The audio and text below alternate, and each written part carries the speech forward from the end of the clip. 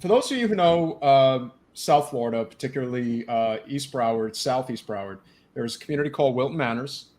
It is one of the most affluent LGBT communities in the country.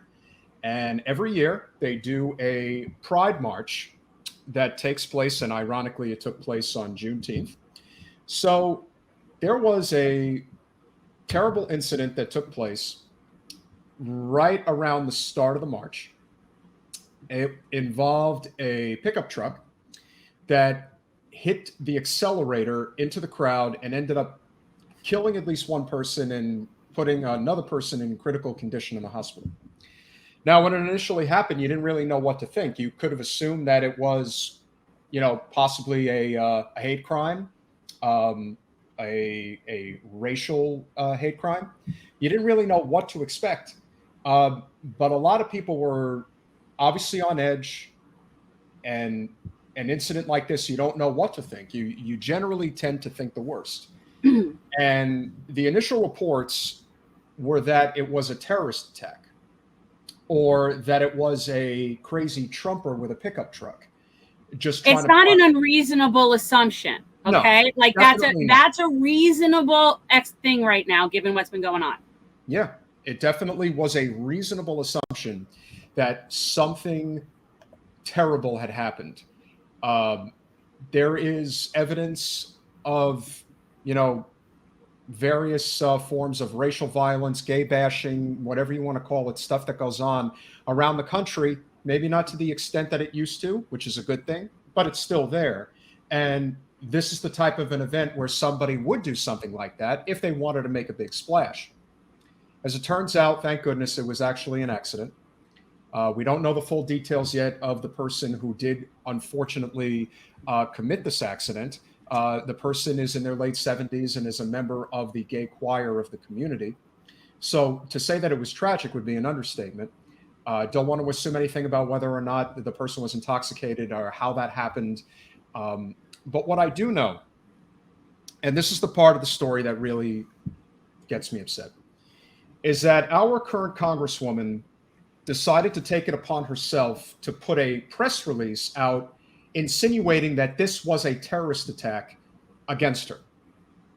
Not about the tragedy of the event, not about the fact that there is at least one person, if not potentially two people dead, or that it was an accident. No, our Congresswoman decided to make it about her and that somebody was trying to attack her. Now, I have a friend who is a friend of hers who was right there when this incident happened. And yes, she was close by. There's no question about it. That is not an exaggeration of what actually transpired. But the idea that you didn't even want to wait to see what the actual details of the story was, that you felt the need to get people in the national media covering this story, that it was you as a direct target of a terrorist attack. I mean, and to use a tragic event to make it about you.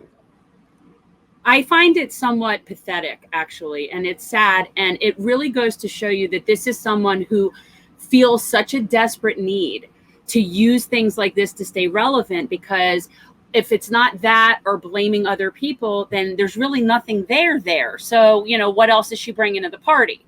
So that's the thing. She doesn't have anything else, right? So she has to capitalize on this.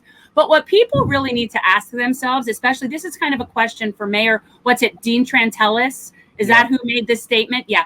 Who thought it was like an assassination attempt on Debbie? Listen, I don't want to, the only thing I'm going to say in Dean's defense is that it's very likely that this is what he was, you want to say, was told to say, or that this Regardless, here's the point, okay? He should have waited. Not only that, but people, stop and think about it, okay?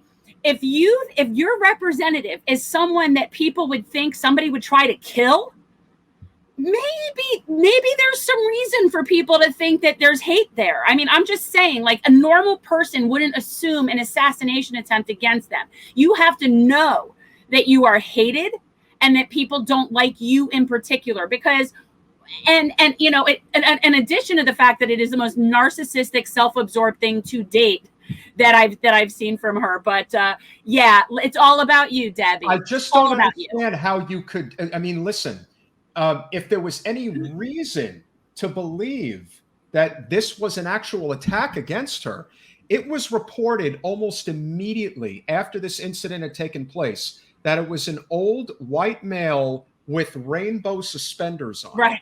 And as soon as I heard that, I'm thinking, listen, I don't want to be stereotypical, but it sounds to me like this was actually a member of the LGBT community, and this was a horrific accident. Yeah, it does. I mean, it clearly, I don't think there is some nefarious link between the gay men's chorus and some sort of terrorist organization that's working to take out Debbie. And again, I mean, this is ridiculous.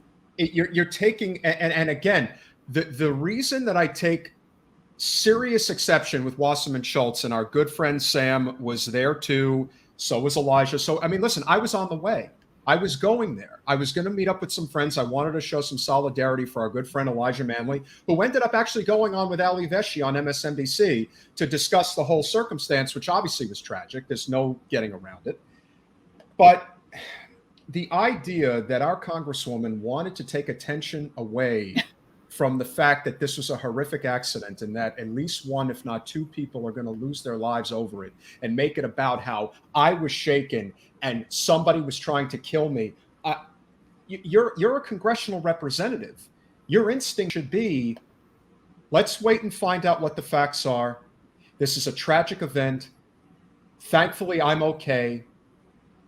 And then you move on. And if it turns out that the person actually was trying to hurt you, then you can go to the media and say, we cannot tolerate this type of behavior. But instead, you decided that you were going to make the story about you. And that is pretty freaking shameful considering what happened. But at the end of the day, I can't get that upset because I don't expect that much from my Congresswoman. I just don't. Congressman Deutsch was there, and he made no such effort whatsoever to get in front of the media and claim the same thing. And he and Debbie are very close, and he could have done the same. And he was right there when this incident happened. But yet, he's not a POS and doesn't think it's all about him. So, there you go. Thanks for watching. If you want to support our mission to transform politics into service, please like this video, subscribe, follow us on social media, and consider joining our Patreon, where you'll get early access to our interviews as well as other exclusive content. Links are in the description. Peace out.